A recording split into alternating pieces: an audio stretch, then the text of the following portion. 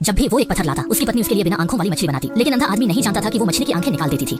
एक दिन उसने पत्नी से कहा कि वो बौद्धा देवता की पूजा करने जाएगा। कहते हैं कि अगर 100 बार पूजा करो तो मनोकामना पूरी होती है। उसने सोचा कि क्या वो अपनी आंखें वापस पा सकता है। पत्नी को ये सुन के अच्छा नहीं लगा और कहा कि अंधा होने में क्या बुरा है। असल में वो डर रही थी कि अगर उसका पति उसकी खूबसूरती देख लेगा तो छोड़ देगा, क्योंकि उसका पति शहर का सबसे हैंडसम आदमी था और उसकी मसाज की कला भी कमाल की थी। अंधा होने के बावजूद उसके पास बहुत सी खूबसूरत लड़कियां आती थी। फिर वो बौद्धा देवता के पास गया और दिल से प्रार्थना की उसकी आंखें ठीक हो जाएं। वापस आके उसने पत्नी के गाल को छुआ और कहा कि अगर मैं सच में देखने लगूं तो सबसे पहले तुम्हें देखना चाहूंगा। लेकिन जितना वो आशा करता उतना ही पत्नी चिंतित होती गई।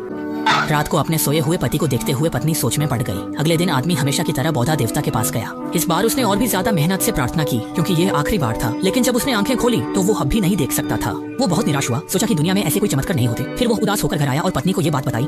लेकिन जब उसने जमीन से पत्थर उठाया तो चमत्कार हो गया। वो धीरे धीरे देखने लगा। आदमी अपनी आंखों पर विश्वास नहीं कर पा रहा था। फिर उसने पत्नी को गले लगाया और आईने के सामने गाया।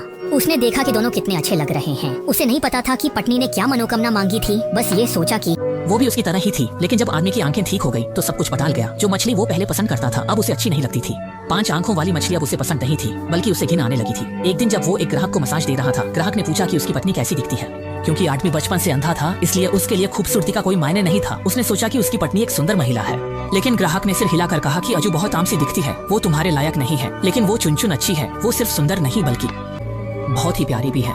जब आदमी अंधा था तो वो उसका ख्याल रखती थी। रात को जब वो घर आया तो उसने आने में देखा कि वो सच में हैंडसम है।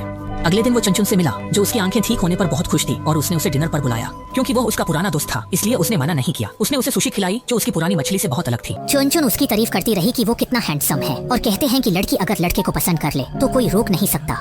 जल्दी ही वो उसके प्यार में पड़ गया। जब दोनों कुछ करने वाले थे तभी उसकी पत्नी वहाँ आ गई। वो डर गई और उसका पति भी खुश नहीं था। लेकिन ये सिर्फ एक सपना था। जब वो उठा तो वो फिर से अंधा हो गया था। अगले दिन पत्नी सुबह सुबह बौद्धा देवता के पास गई और उसका शुक्रिया अदा किया कि उसकी मनोकामना पूरी हुई।